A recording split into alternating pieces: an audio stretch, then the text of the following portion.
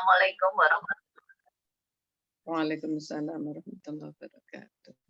Alhamdulillah para pemirsa dan juga para jamaah, kita masih dalam pengajian Majelis Ilmu.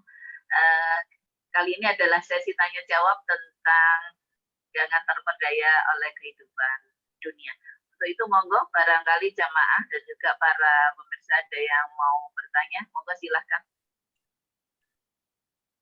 Ya, barangkali ada yang mau bertanya, monggo para ibu.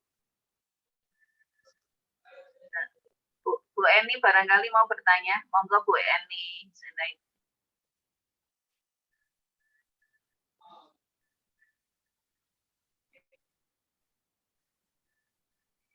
Ya, monggo mau bertanya?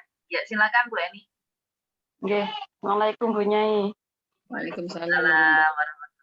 Monggo. Terima kasih waktunya. Sebenarnya sudah sangat jelas. Seringkali dipun bersama Bu Nyai tentang hal itu. Oke. Ya. Oke. Nah, ngelus hati Bu Nyai.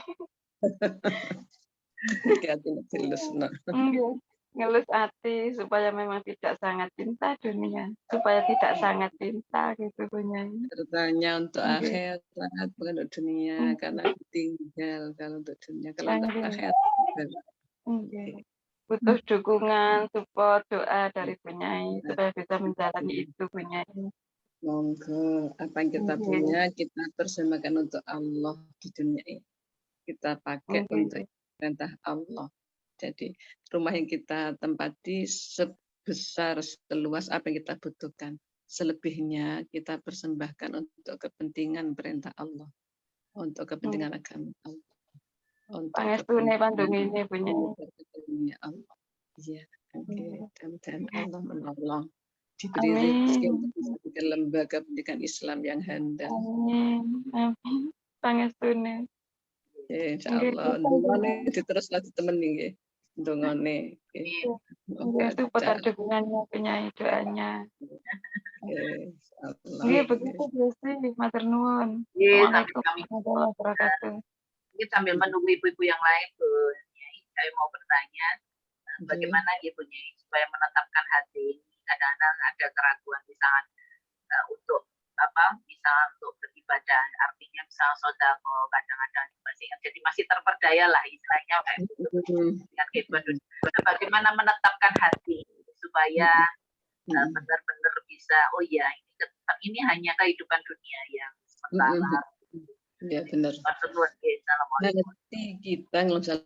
Hati kita masuki iman, percaya bahwa hidup kita di dunia untuk akhirat, bukan untuk dunia. Kalau hidup kita untuk dunia, maka kita mengumpulkan dunia sebanyak-banyaknya supaya sampai di dunia. Itu hidup kita untuk dunia. Tapi kalau kita hidup untuk akhirat, di dunia ini kita menanam, kita mencari pahala sebanyak-banyaknya. Kalau punya harta, dengan harta kita cari pahala. Seorang ibu ya punya tanah. Tanahnya itu mau diwakafkan, tapi ditawar oleh orang sekian miliar. Tanah itu sekian miliar. Ketika anaknya ditawari, nak, tanahnya dibeli sekian miliar, nanti kita bagi bersama-sama semua dekat sekian miliar. Anak yang solihah matur kepada ibunya, ibu, kalau sudah ada niat wakaf itu untuk surga, Bu, surga nggak bisa dibeli dengan bumi sedunia dengan emas untuk beli surga, nggak bisa. Tapi kalau itu tanah kita wakafkan, kita nggak cari dunia, kita cari akhirat, maka itu dapat surga. Tetap saja ibu diwakafkan, jangan mendengarkan bisikan-bisikan setan yang mengajak kita untuk senang di dunia saja. Bayangkan anak soleha menguatkan ibunya seperti itu. Nah itu kan sama dengan kalau kita punya rumah 2, punya rumah 3. Punya rumah 2, 1 untuk musola misalnya.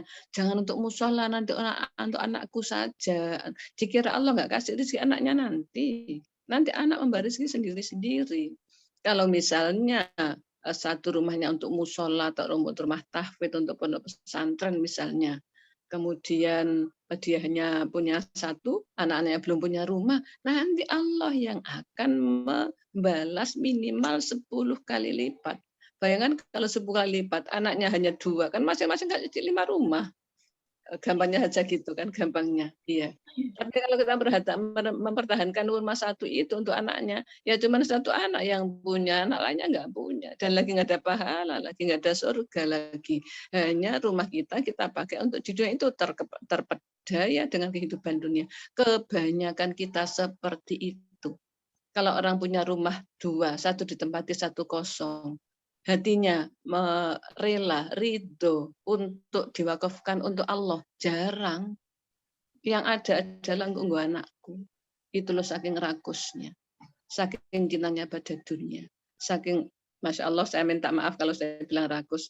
Tidak pahamnya kalau rumah itu untuk Allah, maka Allah yang akan menggantinya. Maka dermakan harta kita untuk Allah. Allah akan membalas minimal 10 kali. Sejauh-jauhnya itu sudah sekali. Banyak-banyak tak terhingga berlipat gandaannya sekian ribu kali.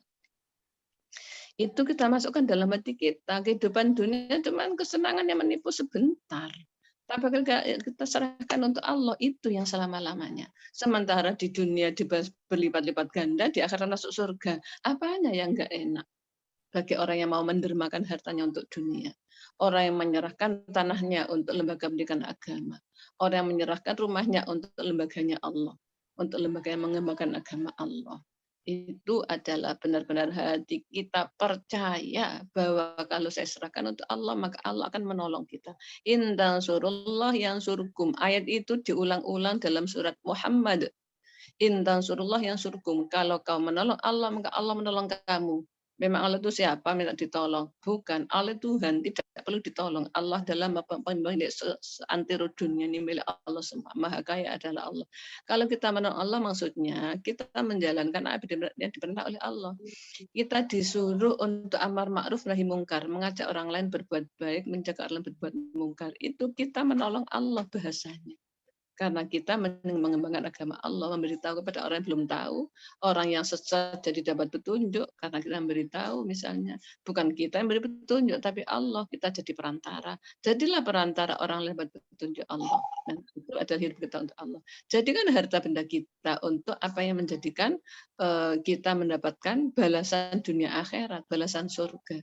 Jadikan itu untuk keperluan agama Allah, itu menolong Allah. Rumah kita untuk musola, itu sama dengan menolong Allah. Allah akan lipat gandakan anak cucunya, anak cucu kaya semuanya, karena orang tuanya ahli sedekah, orang tuanya suka wakaf jariyah, orang tuanya suka zakat, infak, ya apalagi kurban, akikah dan sebagainya. Nah itu hati kita supaya dimasukkan keyakinan jika aku serahkan untuk Allah, maka Allah akan membalas sebesar-besarnya. Ma'indakum yafadu wa ma'indallahi baqa. Apa yang ada pada dirimu akan rusak, akan habis, akan binasa. Tetapi kalau kita serahkan untuk Allah, itulah yang kekal. Bahasa Arab ya, bukan bahasa Jawa. Bakin itu kekal. Apa itu? Pahala dan surga. Ya, itu yang membahagiakan kita. Dunia kita sebentar kita tinggal, nggak ada orang yang melungsungi hidup lagi, nggak ada. Mati ya mati, ditinggal semuanya. Kalau kita cinta dunia, rugi, nggak ada yang dibawa. Bahkan kalau nggak zakat masuk neraka, nggak haji masuk neraka padahal kaya. Nah kalau kita bersama-sama Allah, Masya Allah, di alam barzah kita sudah dimuliakan dengan amal kita, nggak disiksa kubur. Di akhirat kita dimuliakan di surga, tidak disiksa di neraka. Itu harta kita yang memuliakan kita, yang kita bisa untuk mentasarufkan, membelanjakannya sebagaimana diperintah oleh Allah. Tetapi kebanyakan manusia melihatnya dengan mata kepala, bukan dengan mata hati. Jadi yang mata kepala apa? Rumah mewah, mobil mewah, perhiasan, baju bagus, ya kehidupan yang nyaman. Itu mata kepala yang melihat. Tapi kalau mata hati, bahagia bukan sekarang. Sekarang hanya semu sebentar. Bahagia itu di surga. Bahagia itu nikmat kubur. Bahagia itu nikmat surga. Tuh hati kita dimasuki rasa iman yang benar-benar paham. Itu pasti. Matur sangat punya. Mudah-mudahan saya pribadi sudah memantapkan hati gitu. Gitu. Dan juga para pemirsa juga para jamaah mudah-mudahan juga sama-sama juga memantapkan hati untuk supaya tidak terperdaya hidup di dunia. Kalaupun ada kelebihan kita beribadah untuk kelebihan itu. Nah, masih ada waktu. Masih ada waktu punya. Ya. Enggak nyuwun sewu ngeten punya. Kita kan memang tidak boleh terlalu mencintai dunia. Tapi kita kan boleh tahadus bi nikmah. Nah, itu mungkin ada memprosentasekannya atau batasan-batasan untuk kita bisa menikmati sekedar untuk tahadus bi nikmah itu yang bagaimana? Oleh Allah kita diperintahkan untuk hidup bahagia. Makanya doanya berupa robbana di dunia hasanah. Di dunia baik, senang, tercukupi. Di akhirat hasanah, di akhirat baik, sudah banyak amalnya, amal dari sisi jiwa raga maupun dari harta benda. Waqina azab, benar amalnya baik banyak, maka dijauhkan dari siksa neraka. Itu apa? Di dunia hasanah dulu, di dunia baik. Maka jika kita punya harta, kita boleh menikmatinya, kita boleh untuk beli makanan yang enak, kita boleh untuk bikin rumah, untuk berteduh sehingga kita bahagia di rumah itu. Kita boleh beli kendaraan supaya tidak kehujanan atau kepanasan, sebatas kebutuhan kita. Tidak ada pemubaziran. Pemubaziran bagaimana? Ya, sesuatu yang ada gunanya, nggak ada gunanya. Kalau ada gunanya, kita beli kendaraan untuk bekerja, untuk silaturahim, untuk memberikan keluarga. Niat yang baik itu Allah ridho, bukan untuk menyaingi tetangga. Dia beliin aku harus beli seatasnya. Nah itu menuruti nafsu. Itu bukan untuk akhirat, itu untuk dunia. Karena untuk menuruti keinginan nafsunya. Jadi itu sekedar kebutuhan duniawi, tidak sampai. Sementara kalau ada orang yang membutuhkan, kita tanggap, memberikan kebutuhan mereka itu. Gitu ya. Nah, monggo Bu ini boleh sebatas kebutuhan. Matur nuwun Bunyai, Masya Allah, mudah-mudahan apa yang sudah diberikan oleh Bunyai hari ini, hasanah bermanfaat bagi kita semua, dan kita juga bisa mengamalkannya dalam kehidupan sehari-hari karena kita masih diberi kesempatan untuk beribadah di kehidupan kita. Matur nuwun Bunyai, mudah-mudahan Bunyai tetap sehat walafiat, kemudian kita masih tetap bisa membimbing semua, karena kami semua masih membutuhkan banyak bimbingan, baik juga ilmu yang kami merasa kurang. Dan juga para pemirsa serta para jamaah, mudah-mudahan panjenengan semua diparingi sehat walafiat dalam kondisi yang seperti ini, masih bisa belajar, menimba ilmu walaupun tetap di rumah. Matur nuwun atas gabungnya hari ini dan juga atas pengajian hari ini. Matur nuwun, mudah-mudahan insyaallah kita akan ketemu lagi. Matur nuwun, assalamualaikum warahmatullahi wabarakatuh.